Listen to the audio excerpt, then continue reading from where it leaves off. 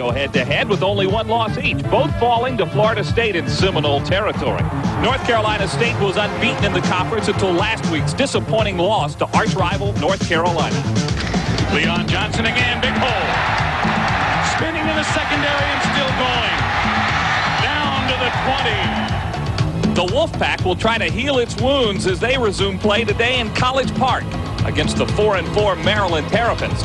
But even with the loss to North Carolina, NC State is in the best position to knock off the Seminoles since they go head-to-head November 19th in Raleigh. So as the November football war begins, the conference race comes closer to an end. I'm telling you, it's going to be an exciting couple of weeks, and the Duke Blue Devils are right in the thick of things with only one loss. They say their confidence is still high. They feel they can do the job today against Virginia, but remember, the Cavaliers may be playing the best football.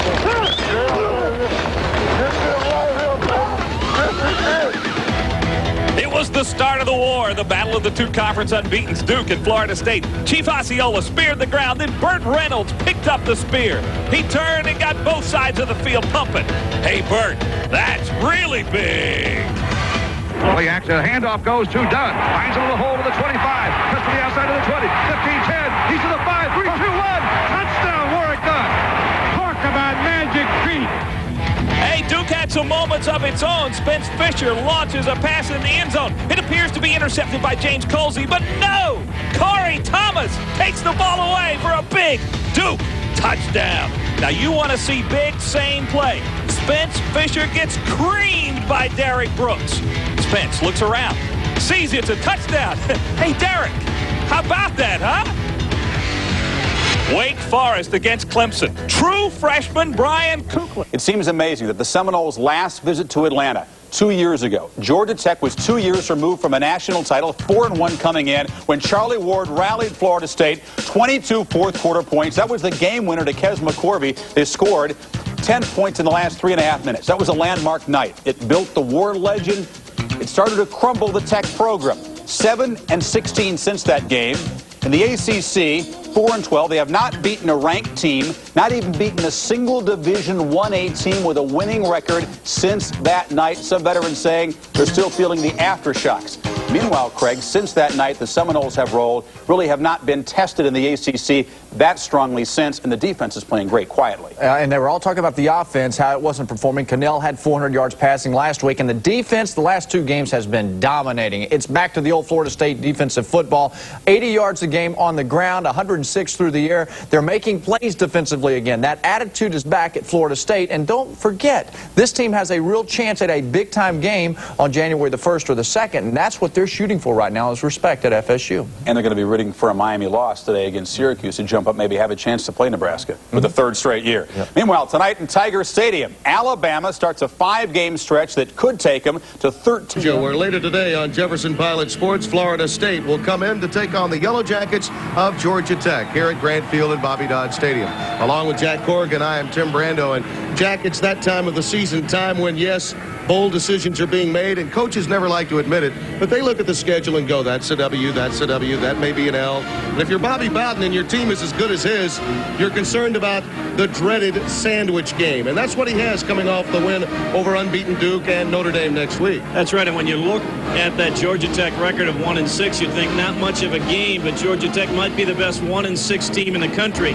When we talked to Bobby Bowden yesterday, he knew how tough this game is going to be. Coaches, I think, get more concerned about a game like this. If you're playing a Notre Dame or a Florida or a Miami, you know those kids are going to be, there's no way it's going to sneak up on them. You're always concerned when it's sandwiched between, are your kids, have you got kids focused on what they ought to be focused on? I think ours are.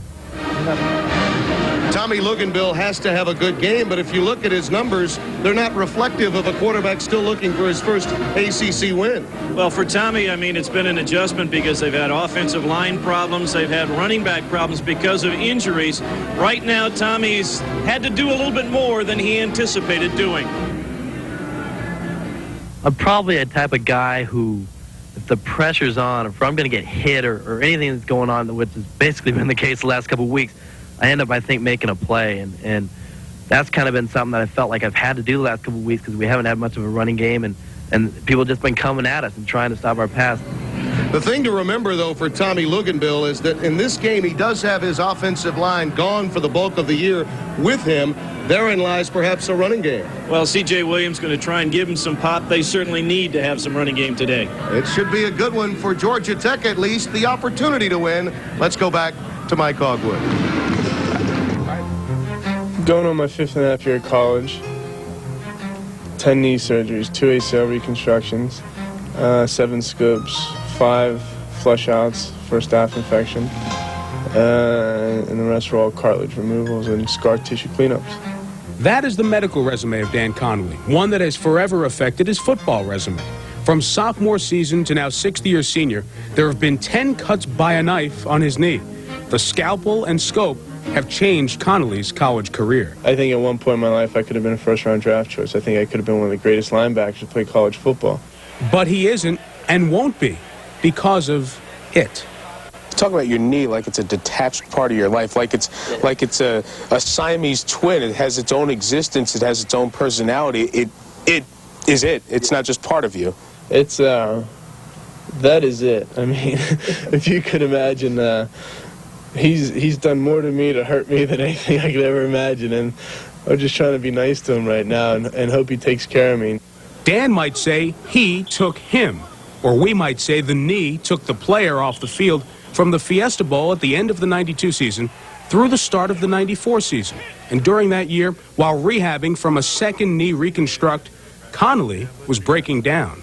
I tell you, the last year of my life before camp was probably the worst year of my life. I've never been so low in my life, to the point where they advised me to see some psychiatrist because I was so depressed at times. Frustrating Dan Conley even more last year was having to watch a talented Syracuse football team underachieve. Conley showed the resolve to rehab in the offseason and play on a '94 team of unknown character. Well, that team's character came up in the first game, the very first week, down 24-0 to Oklahoma. Play action, they're going to throw. He's got him wide open. First guy out to practice, P.J. Mills. Can he catch him? The foot race is on, and the answer is no. Bevel hit him from behind. Wait a minute. It went out the back of the end zone. That is a touchback. There are prayers in abundance at this stadium right now. He's going to go on top. Harrison is there. Touchdown, Syracuse.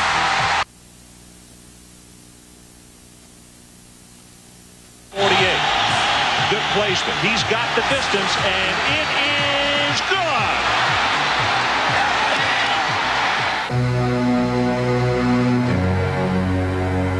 I took it personally to myself that, that was the worst defeat.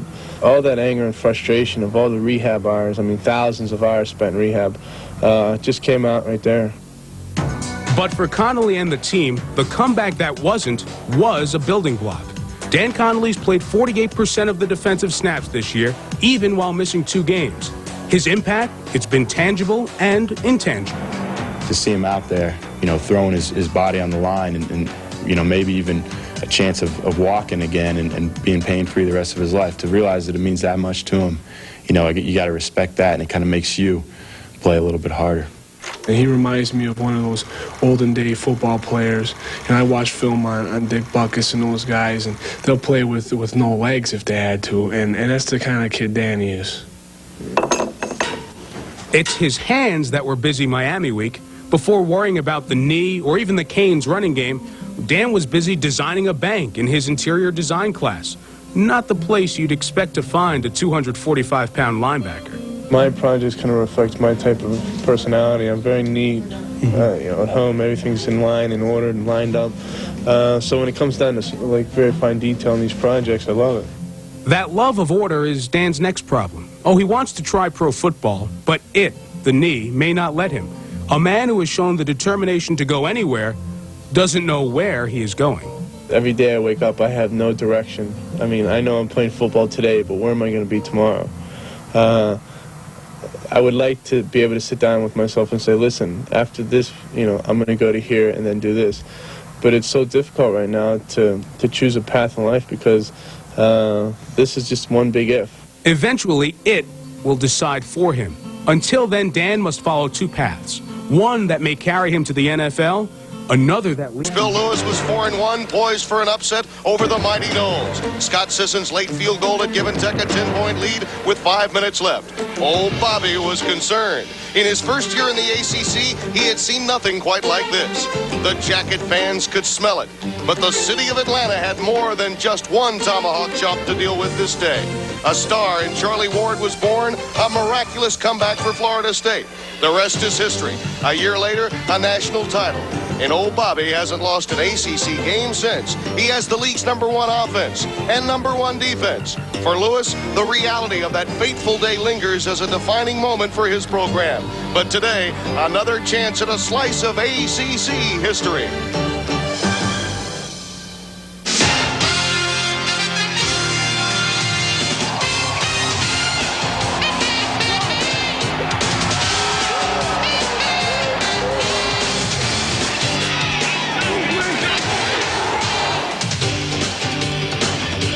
Jefferson Pilot Sports presents the best in regional college football, the Atlantic Coast Conference.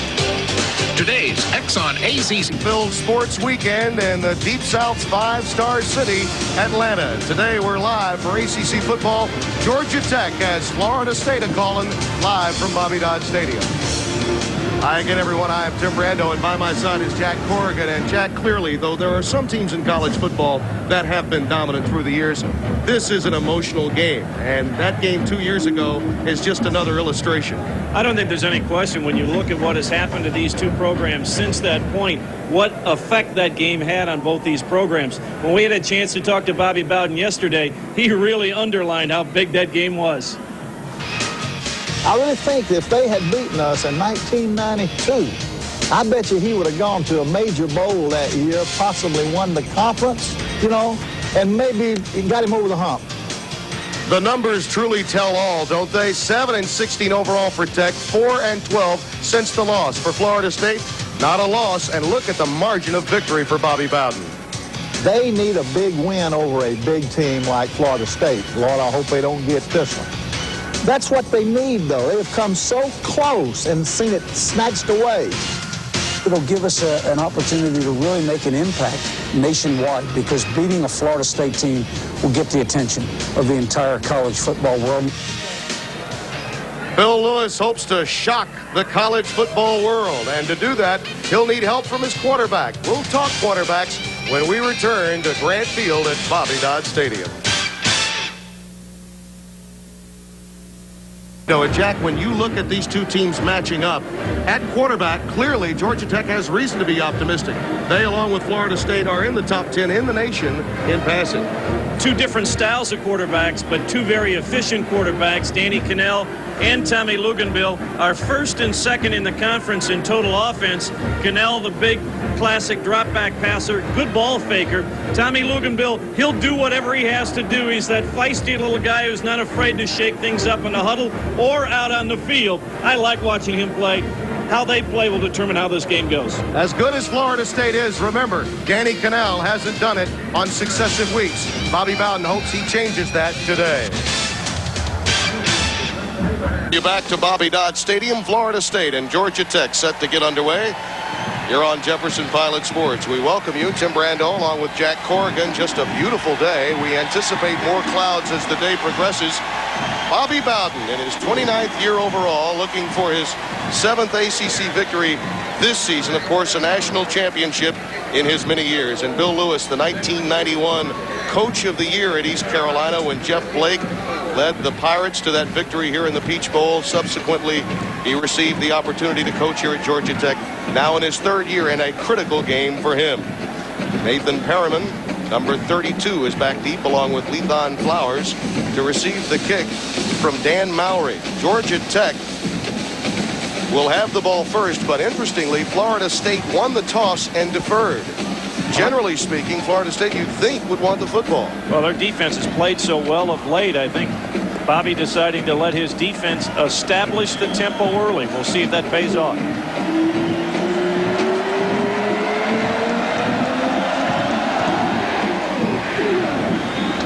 Angling and finally into the end zone for the touchback.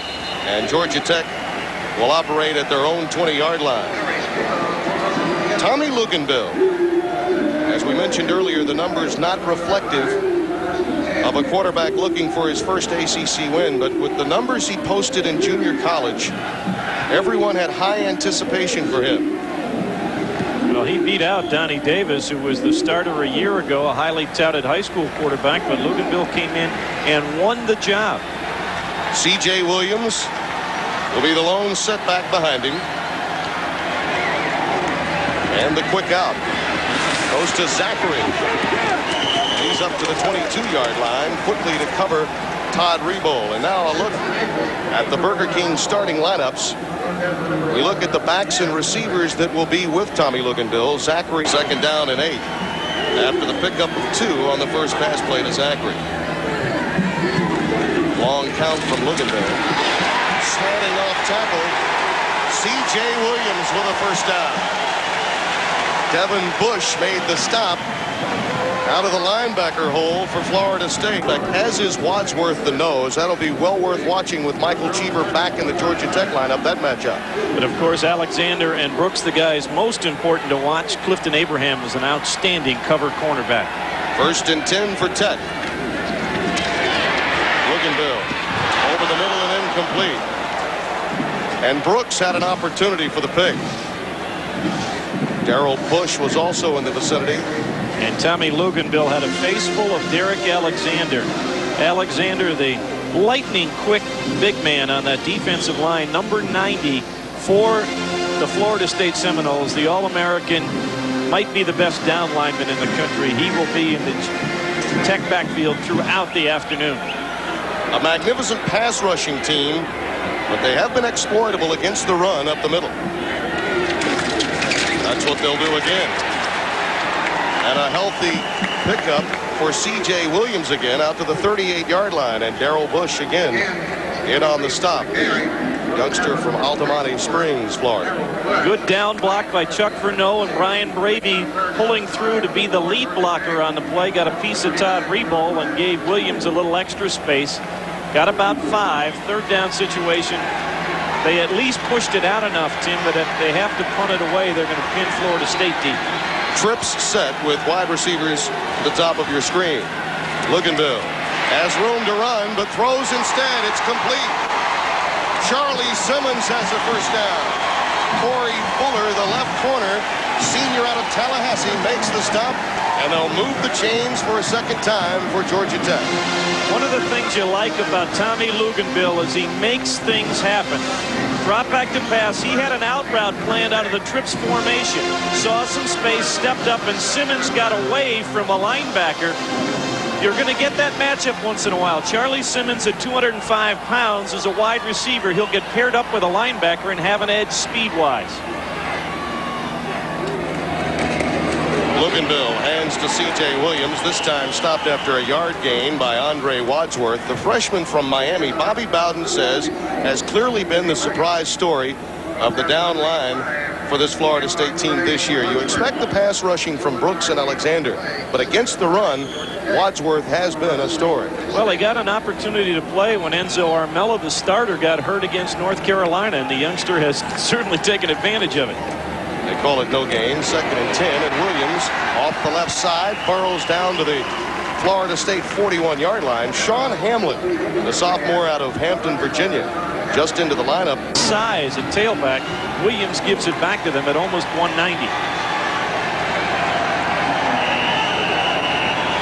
Procedure, false start on the offense. And the original starters, for the most part, back in today for Luganville. Luganville finds Simmons again. First down, Yellow Jackets at the Seminole 30-yard line. An all-out blitz. Derek Brooks was flying in there, and Tommy Luganville, watch number 16 to quarter. Well, we're going to get a close-up on Simmons running a turnout route, and he barely had time to pick up the football. Tommy Luganville hung in there against a ferocious rush. 10th play of the drive, and now Luganville rolls left, looks for, but can't come up with Omar Cassidy. Williams again tries the right side. They're running behind Verneau and Dukes. That is not a surprise. Derek Brooks makes the stop of C.J. Williams. Well, what you try and do when you run a one-back offense, you can call it a lead. Some people call it a horn block.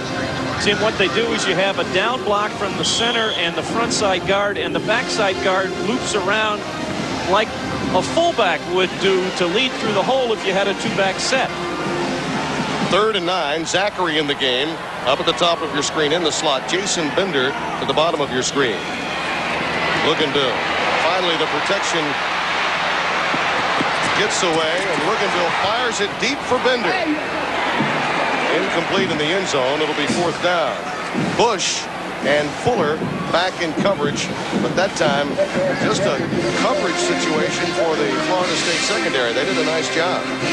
Well, the Georgia Tech bench was screaming. They thought that Kanell Spain made a hit a little bit late on Luganville, but generally when a quarterback rolls out of the pocket, he's a little more fair game in the estimation of the officiating crew, and so the hit was fine. Georgia Tech, are they going to go for it or kick the field goal? And oh, they did call the penalty. I was right. I thought that Kanell Spain hit Tommy Luganville late. With all the traffic on the sidelines, we couldn't see the flag thrown. Oh, neither of us saw it. Well, what a break. What a break. Well, you know, that's what your sidelines should do. When you see anything close like that, you yell and scream. It's not going to change an official's mind, but it can plant the thought once in a while. Dale Phillips makes the call, and it marches Georgia Tech to the 15 of Florida State on what has been a very well-executed 11-play drive. Now they take advantage of a Seminole mistake.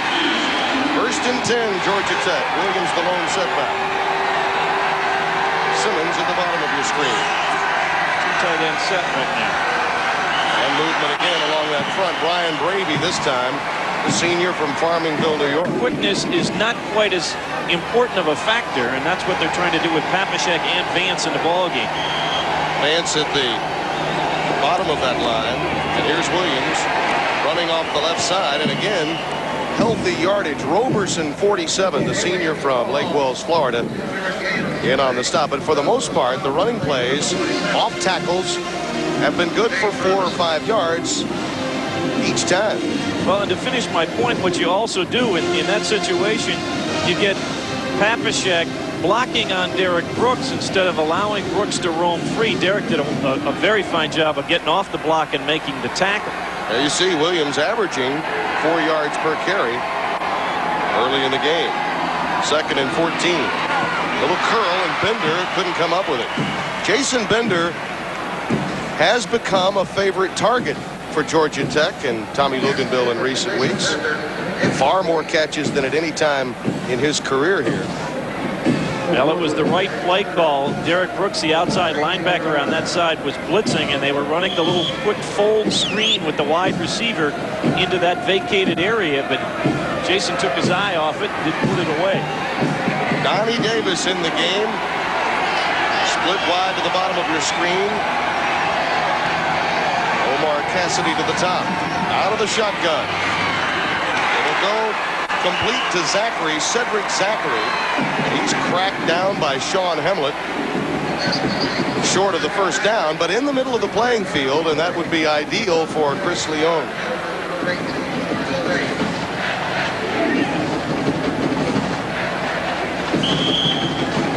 So a field goal try coming up now for Georgia Tech. Graham Stroman comes into the game to hold.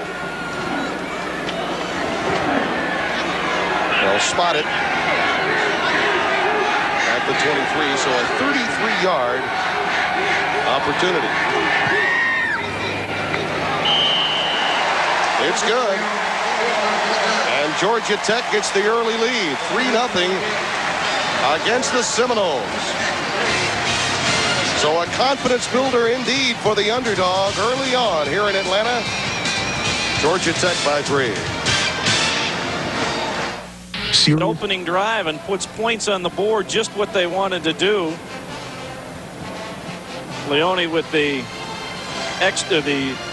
field goal kick to put Georgia Tech on top. That's something they have not had a lot of success with. There you see Gary Croughton, the new offensive coordinator this year for Georgia Tech, talking to Tommy Luganville.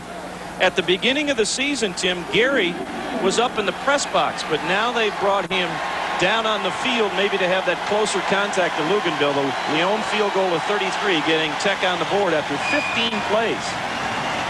Croughton came over from a very successful program in the East, coaching with Tom Coughlin at Boston College.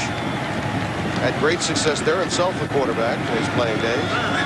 Rock Preston is back deep, along with Philip Riley, number 15, at the bottom of your screen, and Chris Leone will kick off. 33 yards the field goal for Leone. And the Tech lead. Exactly what the doctor ordered for a program that's hit the skids since that fateful day in '92. Florida State is back. Forward progress at the 24. Eric Billingsley makes the stop for Georgia Tech. And that'll be up to Danny Kanell and the Florida State offense to quiet some of the emotional boost that Georgia Tech is enjoying right now. Kanell coming off an outstanding ball game against Duke.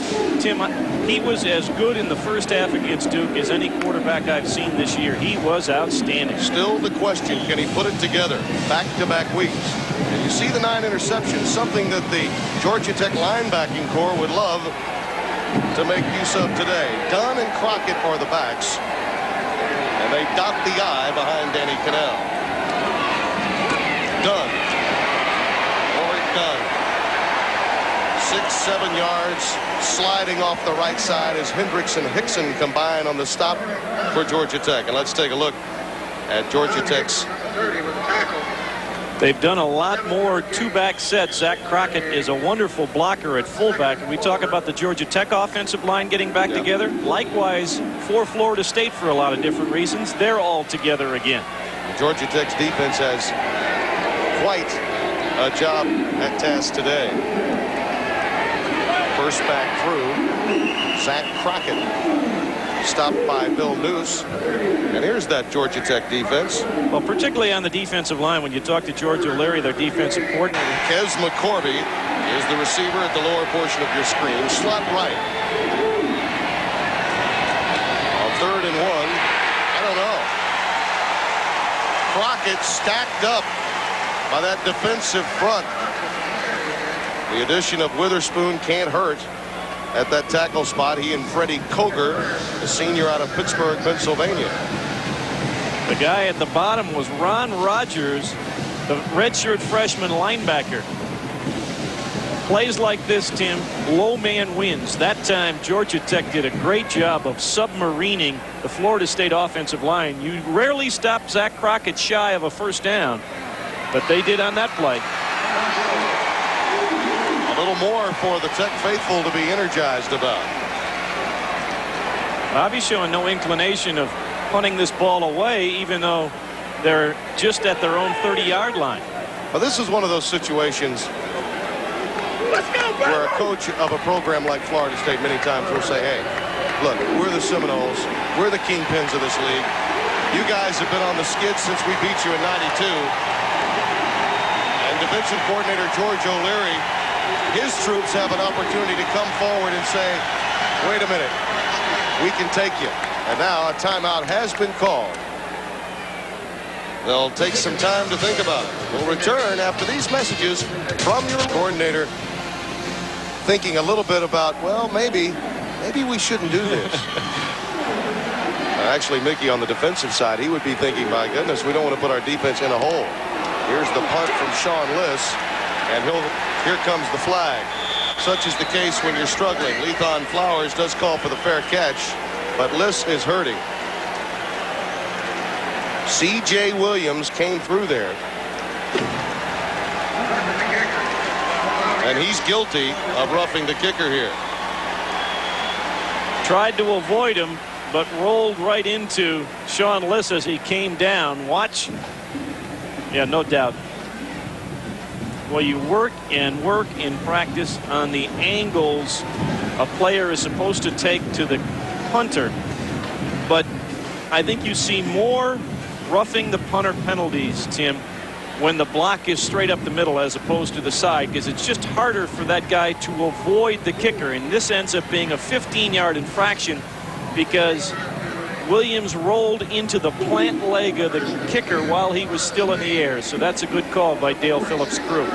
George O'Leary, whose defense did such a masterful job on that 3rd and short, now sees it go for naught. 1st and 10 for Kanell with the ball now at the Florida State 45-yard line. Seminoles trail by 3 here in the early going. The play fake. Jamal Cox and Freddie Coger. Linebackers to watch, and Coger illustrates there.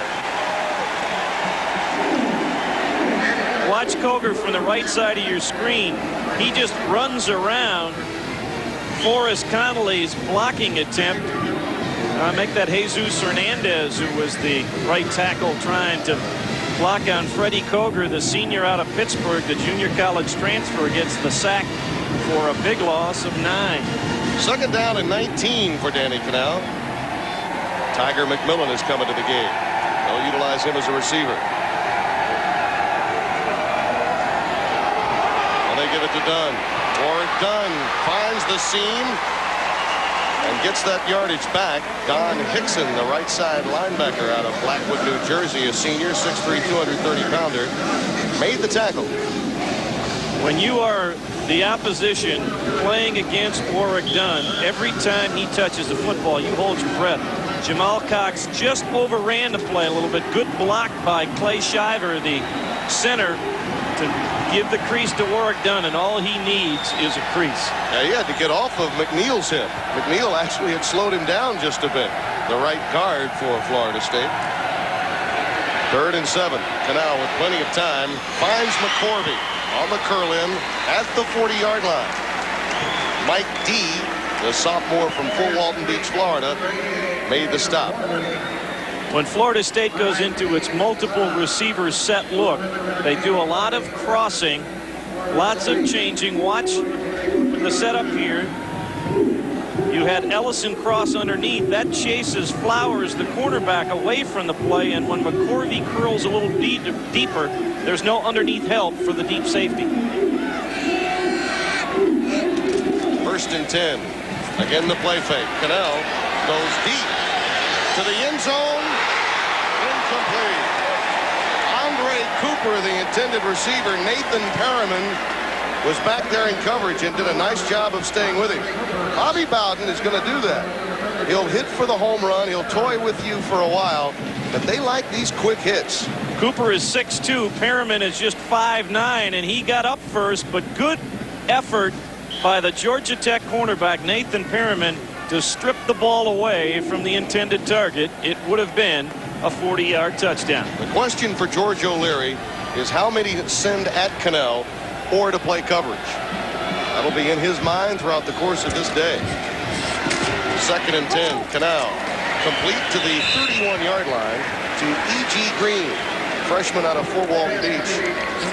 Lethan Flowers, the senior from Columbia, South Carolina, and easily the one constant in this secondary for Georgia Tech, made the tackle. E.G. Green, the freshman out of Fort Walton Beach, Florida, is getting increasing amounts of playing time. They like that youngster's potential. 9th play of the drive, aided by the roughing the punter penalty. That was one of those situations where Kanell said, well, I don't want this mistake to go any further. And he took the knee quickly. And we'll have a conference between the officials. Well, there was certainly contact on the line of scrimmage. Was it drawn or was it encroachment? Dead ball. Appears to be against Georgia Tech. Offside. Yep. Defense. 5 yards. We see more and more teams now with veteran centers. Sides call. Zach Pillar at that nose spot lining up against Shiver. 1st and 10 in Kanell. In trouble. Intercepted by Mike D. at the 20-yard line. Pillar and Noose came with the pressure, and that forced the turnover from Danny Kanell. So the Georgia Tech defense prevails. Our score still 3-0. We'll be back after this message from CarQuest Auto Parts. Time to talk with Mark Richt, his offensive coordinator. Georgia Tech has the ball, and they're driven back to the 19-yard line this time. Jimmy Lincoln carrying that time. In at the tailback spot. Cowart makes the stop, the sophomore out of Jacksonville, Sam Cowart. Sam Cowart doesn't start, yet he leads the team in tackles. They have just a bundle of talent in those linebackers. Raynard Wilson leads in sacks with 8.5 in the ACC and doesn't start. Second down and 10. Wilson's in there now, I believe.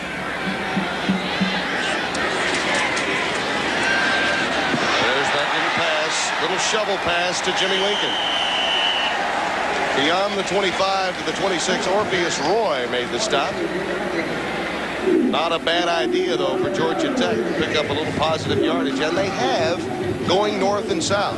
Well, this is a very safe play to run against an anticipated blitz package. Good blocking on Cowart that time by Chuck Furneaux. Chuck Furneaux, number 75, the right guard for Georgia Tech, playing very well here in the first period. 3:07 remaining in the opening quarter. Tech with a 3-0 lead. Zachary in motion. And the out pattern turn is underthrown because of tremendous heat. Darrell Bush providing it, blitzing from that middle linebacker spot. Darrell Bush, who is an outstanding student, in fact, just received the top academic award for the Florida State football program, came in untouched. Jimmy Lincoln tried to help out at the end, but Luganville didn't have time to set his feet to get the ball to Zachary, who was open for the first down. James Colsey back deep, number 20 for Florida State. Jason Bender, second in the nation in punting, with a short punt that will be returned. And returned well by Colsey into Tech territory to the 40-yard line. Bender actually made the stop. Now it's time for our first union around the ACC. Games coming up today. Clemson at North Carolina. North Carolina State meeting Maryland. All very important games. Scott Milanovich, the last couple of weeks, 71. Virginia and Duke battling for second place right now. The winner of that game gets the leg up for the runner-up spot behind Florida State. And those coalition spots where bowls are concerned comes back into focus. Rock Preston with his first carry of the afternoon down to the 35-yard line. Jamal Cox, number 39, along with Keith Brooking, 35, combined on the stop. Both he and Crockett in the backfield in this series for Florida State as Warrick Dunn gets a blow. Ginger Littlejohn, our spotter up here in the booth, who is as good as they come at the job. When we were talking before the game, I said, anytime there's a Georgia Tech tackle, just point to Jamal Cox, because he's usually there. Omar Ellison in the game on 2nd and 4 up at the top of your screen. Play fake, Kanell to McCorvey. First down, Florida State at the 20. David Hendricks, senior out of Norcross, made the tackle. And he's still on the turf. I was going to say, a tremendous collision, and Hendricks got the worst of the contact with Kez McCorvey. That's one of those where you automatically think it could be a stinger. He leads with his shoulder and catches McCorvey right on the hip. Watch the catch. Right shoulder, a little higher than the hip, but see if we can. Yeah, it looks like they're looking at that left shoulder of David. Yeah, the more optimistic thought would be stinger in this situation. Redshirt senior out of Norcross, was a starter last year as well. Played fullback at one time here at Georgia Tech. Something they've done a great deal of this year. Not to the liking of Bill Lewis, moving defensive players over to offense. C.J. Williams, of course, falling into that category. But to Georgia Tech's credit, they have the athletes that are capable of moving from one side of the ball to the other. Florida State, of course, has had those same type of athletes through the years and been most successful with it. Well, Warrick Dunn is an example of that. There was early talk of Dunn playing a defensive back when he first went to Florida State, but when you watch him carry the football and There's a surprising early score at Virginia as Duke gets on the board first. Duke trying to bounce back after the first loss last week. 1st and 10. Preston tripped up after a 4-yard gain. Gary Joseph, number 29, in at strong safety. Freshman from Hyattsville, Maryland, made the stop. Preston is not all that much bigger than Dunn, a lot heavier, about 15 pounds heavier at 185 to Dunn's 170. And he is a little bit more of a power type runner. See, Gary Joseph, the redshirt freshman in the ball game, has replaced Hendricks at strong safety. 2nd and 6 out of the eye.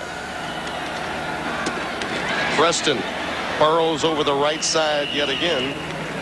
Down to the Georgia Tech 13, and Joseph again comes up from the strong safety spot to make the tackle. Interestingly, in talking with the coaches about Florida State's backs, Preston and Dunn, you're concerned sometimes because of the lack of size, particularly when on turf. And this is Florida State's first game on anything other than natural grass. So when they take licks today, the ground won't be quite so giving. First time in 20 games, Tim, that they have played on the artificial surface. 3rd and 2. Time ticking down here in the first quarter. Zach Crockett for the first down. Mike D made the tackle. And the bad news for George O'Leary is that most of these stops now against Florida State's ground game coming from the free safety and strong safety positions. Well, they are very young on the defensive front, and that's an experienced offensive line. Mike D stood up Zach Crockett, but you need more than first contact to stop that guy. Crockett at 245 pounds. Twin tight end look. Melvin Pierce and Billy Flynn are in the game. Oh, great play defensively by Cox, stopping Rock Preston in his tracks. Jamal Cox, speed personified. The senior out of Baltimore, Maryland, shot the gap and dropped Preston right after he got the handoff. We've played one quarter and send out the news. Georgia Tech still plans to shock the college football world. 1 quarter down. Jefferson Pilot Sports coverage of ACC football on this tremendous, absolutely glorious Saturday afternoon continues. Florida State has been outstanding in the first quarters up to now. Well, this is only the second time this year, Tim, that they have not scored in the first period. You got to go back to game 1 against Virginia when they were trailing 3-0, but they went on to win that game convincingly over the Cavaliers with a big second quarter. 2nd down and 11 as we open the second period. Kanell swings it out to Rock Preston. Preston ushered out of bounds shy of the 5 by Perriman and Cox. Preston is in the ball game right now. He'll play a lot, but usually Dunn is the guy they like to throw the ball to out of the tailback spot. But we've had our first casualty of the turf that you talked about, Tim. Dunn is not in the ball game because he tore his pants on the hard carpet, and they're on the sidelines sewing the hole back up so he can get back in the ball game. Who said basket weaving can't help academically? 3rd and 5.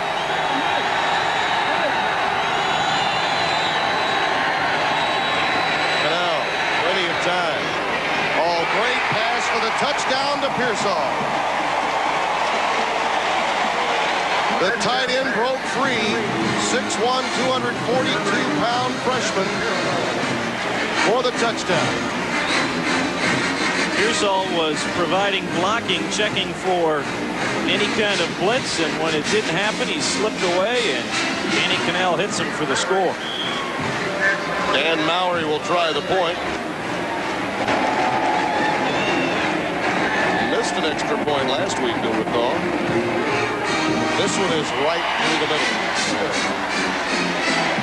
So much for first quarters. Bobby Bowden likes the early portion of the second as the Seminoles seize control with a nice drive culminated by this really nice pass by Kanell. He put some air underneath it. See Pearsall blocking right there in the middle of your screen when there was no blitz. Then he just steps out and tries to find space, and you see him beyond Jamal Cox and in front of Mike D.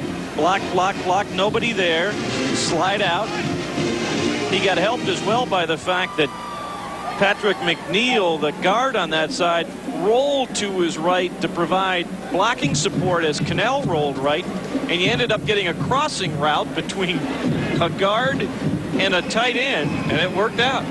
I talked to Bobby Bowden this week about Danny Kanell, and he told me that this offense had been somewhere between Casey Weldon's and Charlie Ward's, and that Danny Kanell seemed to be a little bit more in line with Casey in that his play faking, a lost art by many in college football today, was really one of his strengths. And that's what they're trying to exercise by going back to the two-back sets and allowing him the opportunity to make some of those reads as he did there. I'll tell you what, he had some great ball fakes a week ago in the victory over Duke. Mallory to kick off. Perriman and Flowers back deep for Georgia Tech. This one well struck deep into the end zone for the touchback. Let's take a look at the Lee Apparel first quarter stats. Good opening drive for Georgia Tech, and then not much on their second possession, and a good late drive by Florida State. So just about even. Florida State with the 4-point edge with the touchdown rather than the field goal. Big series here offensively for Georgia Tech. They can't afford a 3-and-out. They've got to give their defense a little bit of a breather. And most obviously, they'd love to put more points on the board. All three Georgia Tech drives have begun at their own 20. Luganville rolls and looks deep for Omar Cassidy. And a step on Abraham, and folks, that's rare. Very rarely do you get past the senior from D.W. Carter High in Dallas, Texas. Well, that's because, like all good defensive backs, cornerbacks do, Clifton Abraham had run about 30 yards, 40 yards. He said, well, they couldn't have thrown the ball, and he looked back to see where the ball was, and Luganville threw this ball. See where it hits on the 23-yard line. He threw that ball about 65 yards in the air. While rolling left. While rolling left. Not a bad gun. 2nd and 10. He's 5 of 11 for 44 so far. And he checks off here.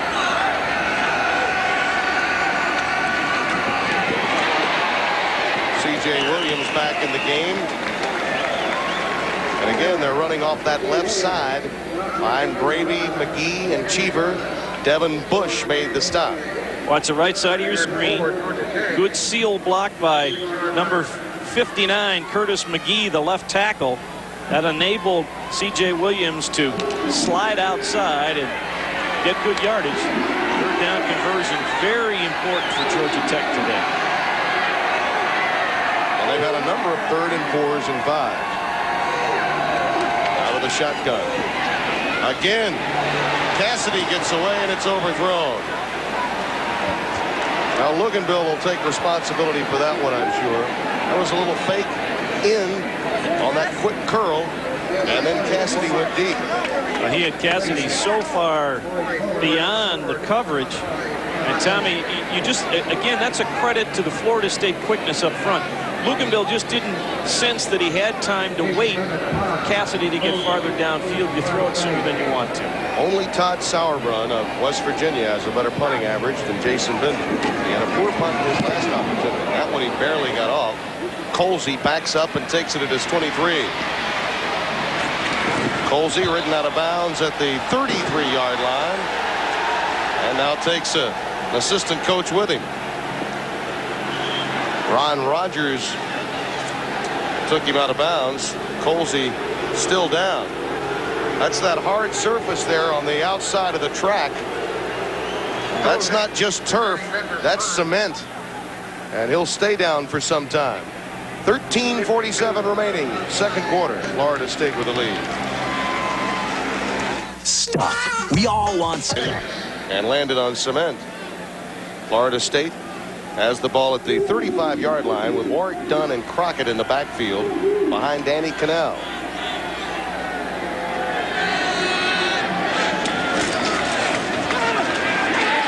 Sells the run again, tosses it out to Warrick Dunn. Nice job defensively by Hendricks. with the aid of Jamal Cox along the sideline. Nothing doing on first down for Florida State. But did you see Warrick Dunn nearly? I mean, he has absolutely no chance on that play to gain any yardage, and yet he still slipped underneath David Hendricks and nearly made something happen. Warrick Dunn has become the quiet leader of this team in the absence of Charlie Ward, whom he roomed with in his freshman year after coming over from Baton Rouge, Louisiana. 2nd and 10. Kanell on the straight drop by Ralph Hughes.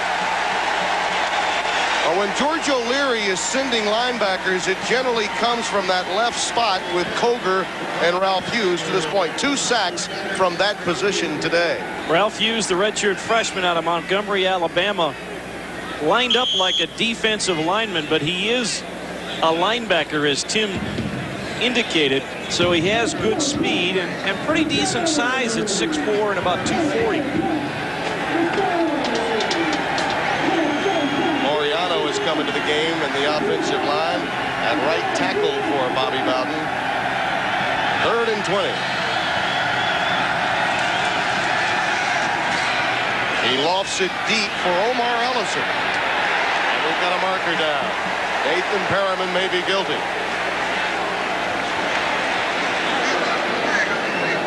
Perriman and Ellison were bumping and shoving all along the sideline. But I think they're going to call Omar Ellison for offensive pass interference,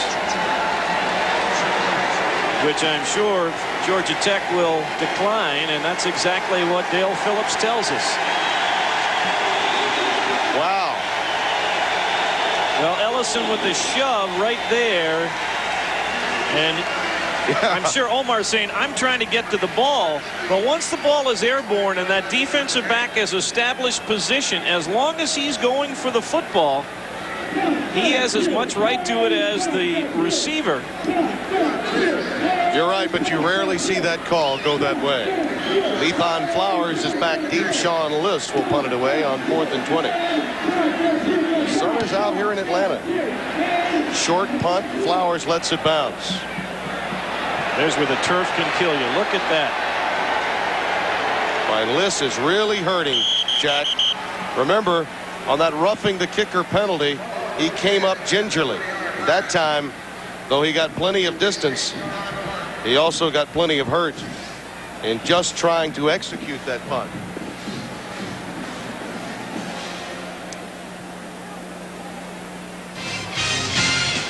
Going downfield, and I think he just hurt himself when he landed. There wasn't any contact. We'll try and get a report and find out List's status. Well, a lot of times you figure, well, do you think you can punt? Do you think you can punt? The kid says yes, then he goes out and extends that leg and stretches something.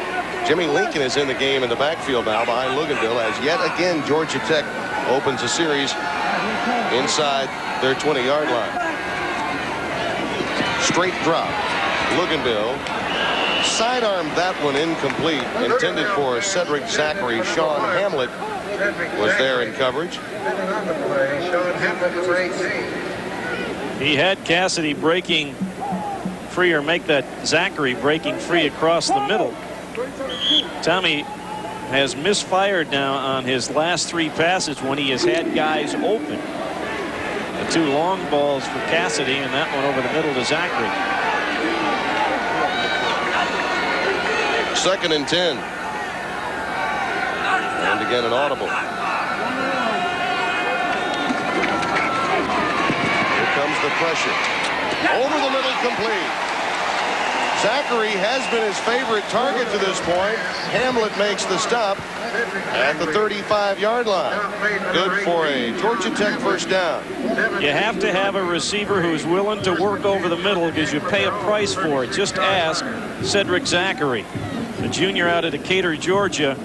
Had to twist back a little bit to catch this ball, just a little bit behind him. Made a nice catch and then took a pretty good pop from Sean Hamlet right on the left side. 3 receptions for Cedric Zachary today. 1st and 10. Quick drop. Bender makes the tackle on what was a very dangerous pass. Bender actually made a nice adjustment to grab it. Corey Fuller was in position to take that one about 40 yards the other way. Corey Fuller said he dropped the ball, so we'll call it a... Wow, they don't give him credit for it. You're right. So it's incomplete. It'll be 2nd and 10, but that was a dangerous pass. We've been told from the Florida State sideline, Sean Liss has pulled a hamstring. He will not be back today, so Florida State will have to dip into the reserves for any punting chores the rest of the way.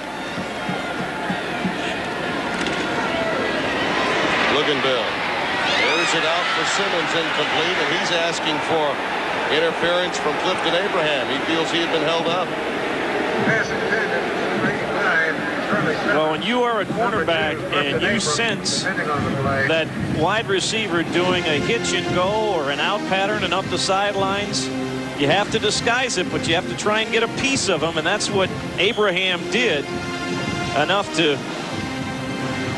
avoid the penalty yet get the incompletion. You saw Luganville again had to throw a deep ball before he wanted to. There's Liss, and you can see that he is in some pain. He will not return, as earlier mentioned by Jack, and it's 3rd and 10. Quick roll, markers down, and again it's Cedric Zachary on the receiving end. Devin Bush and Abraham combine on the tackle, but over on the other side, nearest us, the marker flew. Usually when that is thrown, you have too many men on the field, because it was thrown well back in the defensive secondary. That or pass interference. It was certainly away from the play. Let's see what Dale Phillips tells us. It was thrown well back in the secondary, away from the play. We've got a face mask, 5 yards on the defense. That's on a pass play that crossed the line of scrimmage. You got a first down, 5 yards. And it's a first down. Bobby Bowden in disbelief.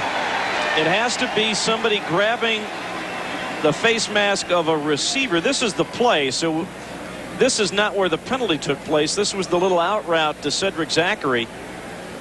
The only thing I can think of was that face mask penalty was done by one of the people rushing in, grabbed an offensive lineman and jerked the head.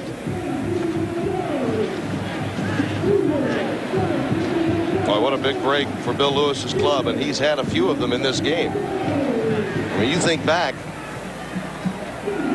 and he has had his share today. Now, this is a coach and a program that is long overdue. Yeah, they haven't had many this year. First down and 10 with the ball at the 40-yard line. Setback split. An extra tight end in the game. That'll be a nice play for Derek Alexander. The junior from Jacksonville cuts through to knock down Luganville at the 31. He is big, he is fast, he is strong. What a package of football the junior out of Jacksonville, Florida is. Brian Bravey is blocking him. He's actually getting help as well from Michael Cheever. And he just reached out and said, son, take a seat. Actually legged him down, got him with his calf. That's how strong he is. 2nd and 19. Now they have Alexander lined up as a tackle inside. Just a couple of yards or so. Kanell Spain and Raynard Wilson combine on the tackle of Jimmy Lincoln. Jimmy Lincoln, the young man that has been playing with a separated shoulder. They find out early if he can go. See right there, it's stacked up by the nose guard Spain. And number 90, Derek Alexander, was lurking around in the neighborhood again. There have been times when Lincoln has just not run with the authority that the Tech coaching staff would like. Hence, C.J. Williams now a starter. 3rd and 19. Luganville, shovel pass to Williams, snuffed out by Kanell Spain. The Seminole defense beginning to assert itself now. If Spain doesn't make that play, though, Tim, there was an awful lot of space for C.J. Williams to run with the football. But Kanell Spain, the sophomore from Melbourne, Florida, watch number 96, looping to the outside, and he knocks down Williams. There was nobody else around. Jason Bender to punt it away. CONLEY, who's had some outstanding return yardage today back deep. And snap, fielded beautifully by Bender. And the punt goes out of bounds at the Florida State 27-yard line. Well, Jason Bender with a first baseman-like scoop to bring it in and then get it away. Ends up being a 46-yard punt. The Tech fans are booing because they thought there should have been roughness. But once that ball hits the turf, kicker is fair game. And that's why the contact was allowed. Coming up next Saturday on our Exxon ACC Game of the Week, North Carolina State hosts the Duke Blue Devils. Behind Danny Kanell. He's 6 of 9 for 46 yards with a pick and a touchdown today. Dunn runs right into trouble in the form of Rodney Wilkerson, the senior from Franklin, Georgia. The inside linebacker made the stop. Inside linebackers make lots of tackles on most defensive units. Jamal Cox and Rodney Wilkerson have been the tackle leaders the past couple of years here for Georgia Tech. Tell you what, halfway through just about the second quarter, and to this point the Tech defense has played very well against this potent Florida State offense. 2nd and 10 out of the eye. Kanell rolls left. He's looking for Omar Ellison. Finds him short of the first down, it would appear, near the 36-yard line. Nathan Perriman made the tackle. When you combine the speed in the receiving core that Florida State has with that periodic rollout that the defensive rush people aren't anticipating, Danny Kanell has forever to throw the football, and those little comeback routes are always going to be open. 3rd down and a yard to go.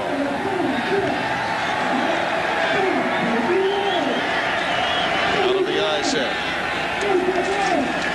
The pitch, toss sweep to Dunn, and Warrick has the first down. Nathan Perriman made the tackle. Good block on the edge of the play by Melvin Pearsall, the freshman, against Grant Bainham, who was playing outside linebacker on that play. When you run the toss sweep team, you've got to have an offensive lineman, usually a tight end, able to seal the corner. That is, turn it in so that the pursuit can't beat the running back to the sidelines, and Pearsall did a nice job there. When you've got backs like Dunn and Rock Preston, you can keep it simple on the ground, and Florida State does. Up the middle for a couple of yards. Warrick Dunn stopped by Don Hickson. Our JP scoreline for the latest scores of games you want. Call the Jefferson Pilot scoreline at 1-900-267-5757. And Virginia now up on Duke. Mississippi State still with a chance to win the Western Division of the Southeastern Conference. Among those scores, calls are $1 a minute. Kids, go get your parents' permission. You've got mine, Tim. Now, we wouldn't want you to get the Psychic Friends Network. That's right.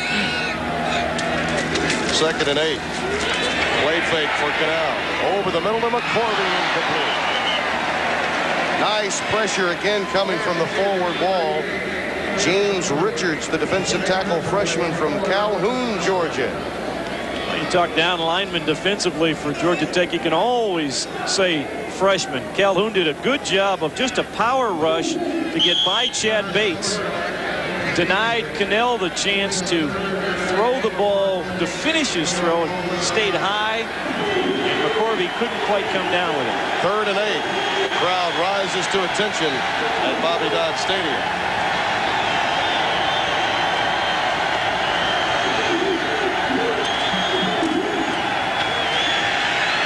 Kanell with plenty of time. Green, the intended receiver, he threw it behind him. It'll be 4th down and a punt formation coming for Florida State. And remember, Sean Liss no longer available. And the crowd reacts to the Tech defense. Well, when George O'Leary was here before as defensive coordinator, they had big play guys like Marco Coleman and Coleman Rudolph and Ken Swilling. They don't have that 1 or 2 big play guys right now, but they have a pretty good collective unit developing here. Dan Mowry will punt. Pretty good job angling it to the right sideline. Flowers lets it roll again and gets a Florida State bounce down to the 15. In a game of field position, Bobby Bowden is winning the war, but only by 4 with 6:20 left to play. On first down, Williams carries for 3. C.J. Williams has carried now 8 times for 33 yards, most of those off tackle. Jimmy Lincoln 2 carries for -2 yards. So the running game has been certainly more to Georgia Tech's liking with the freshman from West Point in the game. I'll tell you what, with 6 minutes to go in the first half, Tim, Georgia Tech has to be pleased that they're just down the 4 points considering the field position problems they have had in this first half. A couple of good drives, one for 65 yards on 15 plays, accounting for their lone points, and that one's batted down. Julian Pittman, the freshman from Niceville, swatted that one away. 3rd and 8. Either it was Pittman or it hit the back of the helmet of Chuck Verneau, the right guard. In any event, it's a 3rd and long for Graham Stroman. He was trying to go over the middle. They apparently feel that Florida State is vulnerable to that pass in the intermediate zone over the middle. They've gone there quite a few times in this game already. Georgia Tech made their first 2 third down conversions, and then they've thrown up an offer. Brooks with the sack and the fumble. That ball is still loose, and Florida State believes they have it. And they do. Andre Wadsworth made the recovery. Derek Brooks on an all-out blitz jumped through the gap in the line and came through untouched. Good anticipation. See, there's no way that they could slow him down. Curtis McGee tried to reach out and grab a piece of him. The ball popped free. Derek Brooks, the senior out of Pensacola, he's already won a National Football Foundation postgraduate scholarship. And he is on his way potentially as the best defensive player of the year. He is a semifinalist for that award. No, he's a finalist now for that award. George O'Leary encouraging his defense, and once again a turnover puts them in a hole. That's been the case most of this season for Georgia Tech. Crockett and Preston in the backfield. A little naked for a touchdown. Kanell to Pearsall again. The naked bootleg for a touchdown. And it's a 13-3 lead for Bobby Bowden's troops. Now, all year long, turnovers in the scoring in their own territory, the opposition scoring zone, has plagued Georgia Tech. It turned the Duke game the wrong way early. Played so well here in this first half to stay close, but a costly turnover deep in their own territory. Now Florida State converts and bumps it out to 11 if Mallory makes the conversion. Bill News, the defensive tackle, the senior out of Bellport, New York, was a little banged up. Tech fans have seen a lot of defensive linemen get assistance to the sidelines this season.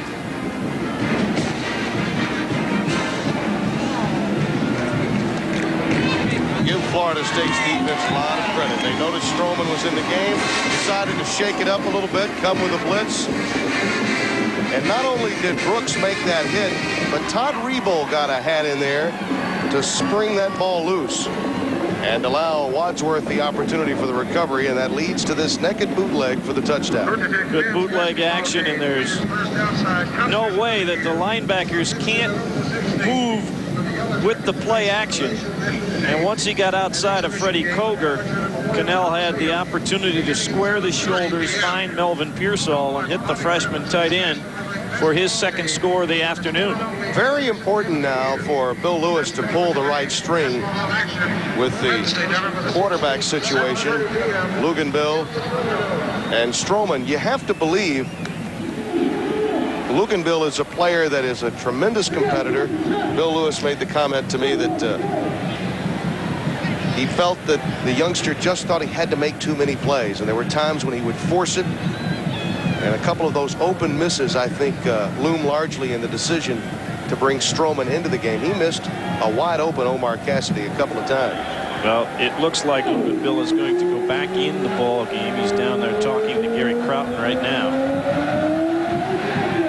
14-3 score, and Mowry gets all of it again. Boy.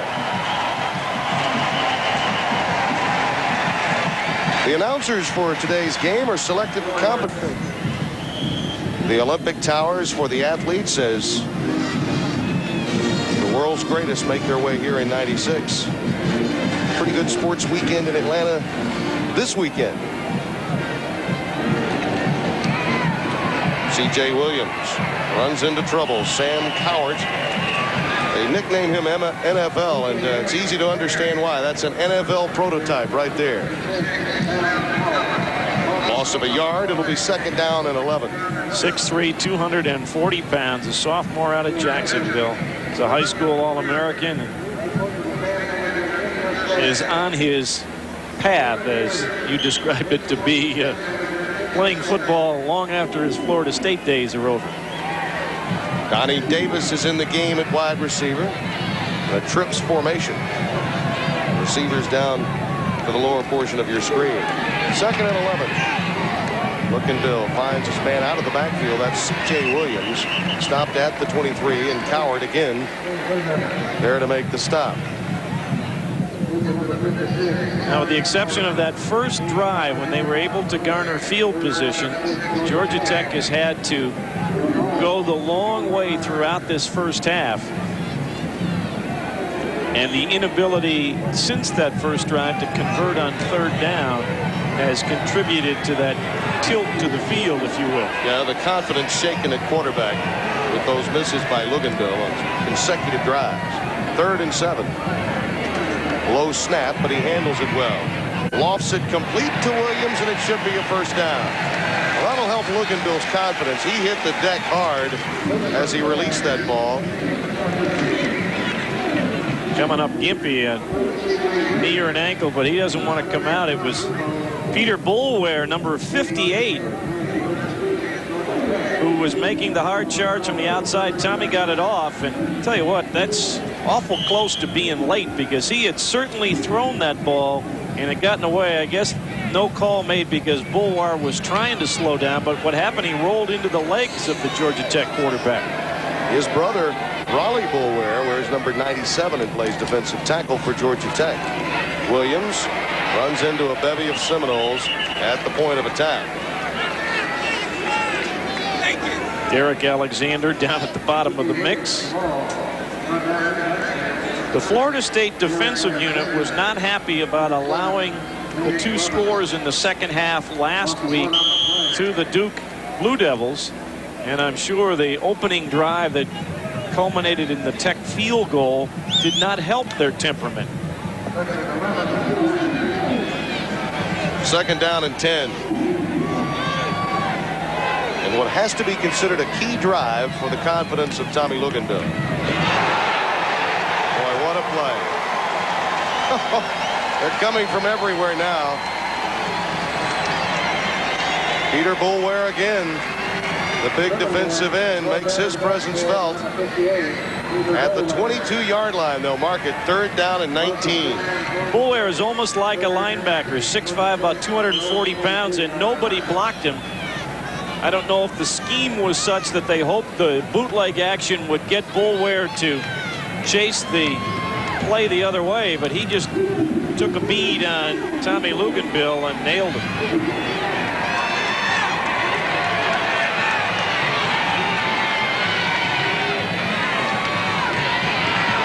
Luganville for Zachary again. Just over a yard shy of the 1st down, and Hamlet made the stop. That's what you got to like about Tommy Luganville. I mean, he's hobbling around back there. He knows he's going to get all kinds of heat, but he hangs in there and makes a good throw down the middle of the field to Zachary, just shy of the 1st down. Georgia Tech at 1-6 and trailing in this ball game, taking a timeout, Tim, because you're going to give him a chance to maybe catch his breath, and then if you are going to go for it, why not? Further proving how big this drive really is to the confidence at the quarterback spot. Not much doubt about that going into the 25-yard line. And Colsey, who's been productive, stands around his own 20. High short punt fielded at the 25, and Colsey down at the 27. Don Hickson there to make the stop. Well, coming up at halftime, your host, Jack Corrigan, has to be an emotional time for that family, and they've made the trip to Georgia many times to watch Tommy play. Crockett on the carry, stopped by Hickson. Florida State has 2 timeouts remaining. And with the explosiveness of their offense, they had 9 scoring drives last week against Duke, and all but one of them took less than 3 minutes. 3 of them took less than a minute, so they can score in a hurry. Ellison and McCorvey are the wideouts. Warrick Dunn joined by Crockett. In the backfield as Kanell rolls left, looking for Ellison again, and that one's a bit too low. Incomplete. Harriman and D over there to provide coverage for Georgia Tech. One of the things that I think Danny Kanell has added to his package, Tim, since the bad outing against Miami, when he rolls out or throws the ball to the sidelines, if he is not certain that he can make the completion, he is now throwing that slider down and away so that if the receiver doesn't catch it, nobody is going to catch it. And pretty good coverage here for Georgia Tech. And I'm going to throw it ankle high, and if we don't catch it, we get another play. Another test for the Tech defense. It's the double reverse, and they're ready. Freddie Koger stops E.G. Green. Now that's a scouting report play for the defense. Georgia Tech now calling a timeout. They ran this reverse last week, but E.G. Green, right after he got the ball from Warrick Dunn, had Freddie Koger in his face. Georgia Tech calls the timeout because with the injury to Sean Liss, you've got to believe Mowry is not going to punt the ball as far down the field. And with that in mind, you figure with 1:34 to play, you got a chance to put some points on the board. That gave Florida State its second score. The Seminoles have not really pushed this Tech defense around at all. Bobby, as he told us yesterday, concerned about the sandwich game, as he called it, after the great outing against Duke and Notre Dame next week in Orlando. The Seminoles, it's not possible, Tim, for a team to be emotionally up for 11 weeks. And when you're Florida State, the defending national champions, you are the game on your opponent's schedule every week, and you have to deal with those games when you are not as emotionally high as you'd like to be. It might not be a bad idea for Leon Flowers to come up about 5 yards or so with Mowry into punt. Liss is out because of the strained ligaments. The earlier injury on the roughing the punter call, but twice now we've seen 20-yard rolls in front of Leon Flowers. Mowry gets it away. There's a low one again, but he is in position to gather this one in and quickly down at the 41-yard line. A late hit, good call. The exuberance that time of the special teams. It was a good tackle. Travis Sherman made the initial stop, but you're right. Rebowl and company came in a bit late, it appeared. So not only do you get decent field position, you get terrific field position. Dead ball, personal foul on the kicking team. When you get a good clean tackle like Sherman had on that, but the guy looks like he's in open space, it's hard sometimes for those coverage guys to slow up and just leave him there, and they made the extra hit. Sherman's tackle was fine. It was the help from his friends afterwards that caused the infraction and puts the ball into Florida State territory down around the 44, 43-yard line, and Bobby is not happy. No, it's not a happy camper, not at all. I don't know that he's really pleased with the officials either. They mark it at the 44-yard line, and here's Tommy Luganville, 10 of 20, 87 yards, no interceptions, but some key misses midway in the second quarter of open receivers. And that's a pick. Right into the hands of Derek Brooks. At the 45-yard line, the turnover. And credit Peter Boulware again with tremendous upfield pressure. Made Tommy Luganville throw the ball to the curl man early. Looking for Simmons. There's Boulware again. And it really looked like Charlie Simmons wasn't even expecting that ball. Watch the right side of your screen. There's Alexander, but here's Boulware coming again. That's what Florida State will do to you. They'll hammer you. The best pass rushers in college football coming from the ends easily are at Florida State. On 1st and 10. Kanell rolls left again, looking for Ellison down the sideline. Well, Omar made a very nice adjustment to the ball that was underthrown. Mike D was back there defensively. Freddie Koger again putting good pressure on Danny Kanell, and of course rolling to your left. It's harder for a right-handed quarterback to get a lot on the ball. When you can't even step forward because of the pressure, you're going to throw one of those floaters. Georgia Tech right here saying, got to keep them out of the end zone. Try and keep them bottled so they don't get the field goal. But if you have to give up points, the field goal will still keep you 2 touchdowns in touch. Kanell is 8 for 15 for 63 yards. He's hit nothing deep in the game today. Out of the shotgun. Quick handoff. And Warrick Dunn sets sail for the first down inside the Georgia Tech 40 at the 39. Lethan Flowers made the tackle. Well, they were trying to show blitz with Don Hickson, but back off of it.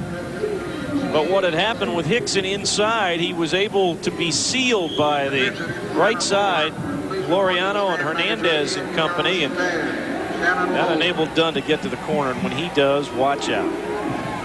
1:04 to play in the half. 1st and 10 at the Tech 38-yard line. Kanell. Intercepted. Lethan Flowers. In and out of the hands of Wayne Messam, the sophomore from Belgrade, the intended receiver, and Tech gets it going the other way with still 59 seconds left. Tried to throw this to the outside, and I don't know if Messam curled too far in, Tim, or Kanell just threw this too wide. Couldn't make the play and put it up in the air, and Lethan Flowers came away with a good play by Messam to knock Flowers down. Otherwise, he has got open space to the end zone. 2 interceptions now for Kanell, though that one hardly all his fault. Georgia Tech has also turned it over twice. Luganville back in the game. 3 receivers down at the lower portion of your screen. C.J. Williams again off the right side. Peter Boulware brings him down. They have not been able to handle the quickness of Peter Boulware here in this second quarter. He has really disrupted any flow for that Tech offense. That was a pickup of 3, 2nd and 7. Here he comes again. Rushed that one. Sometimes you talk about sacks. How about the hurries? And Luganville really feeling the heat here in the second quarter. And it has had tremendous impact on his decision making. Well, they've got big Jason Dukes there at the tackle. He is 6'7" and 300 pounds, coming back from an injury. He has been out since the Arizona game. And while he can get a good push on a guy, they've gone to Boulware, who can literally run around the big man and beat Dukes to the quarterback. There's Jason out of Augusta, Georgia. 3rd and 7. Williams again. And listen to the crowd's reaction to that call. They won't even have to punt the ball away unless Florida State chooses to use one of their 2 timeouts. They're looking to the sidelines. And see, you know, I feel for Bill Lewis in this situation. He's got a quarterback whose confidence has to be shaken at this point. I mean, they had a couple of real dangerous situations here. He's going to call a timeout. Yeah, they're going to let it go down. Yeah, they are. So they just allowed it to go out. You don't have to worry about punting it away. But I mean, I really do feel sympathetic. Wait a minute. I think they called a timeout with 1 second left to try a home run ball. That's exactly what they did. The clock operator Please put 2 seconds on the clock. The clock operator made the assumption that it was time to go to the bathroom and get something to eat, and didn't let Georgia Tech have the. That's a good idea. I mean, you're at this point with 2 seconds left. Fire the home run ball. You might get a penalty. You might get somebody to fall down and catch a break. But you heard the reaction of the fans. Right. They were booing. They didn't like the runoff tackle. But Bill Lewis has got a quarterback who's really shaken right now. Well, I also think you've got a situation where Florida State is just flying on the outside with their defensive ends and outside linebackers. You try and hit that little quick trap play or draw play, and really on both those running plays, it's one block, and instead of a couple of yards, it might be 12, 15 yards. It's just. So he'll throw it deep. He's coming to the game to replace Luganville. At the home run formation to his right with 3 wide receivers. Will he have time to throw it? No, he won't. Therein lies the problem. Raynard Wilson will get his 9th sack of the season. He's only 2.5 shy of the Florida State all-time record held by Ron Simmons, who you can now find in the World Wrestling Federation. We're at halftime. It's 14-3 Florida State. Jack Corrigan has plenty coming up at halftime as the folks from Tallahassee have an 11-point lead in the ACC. Today's Exxon ACC Game of the Week is brought to you by Exxon.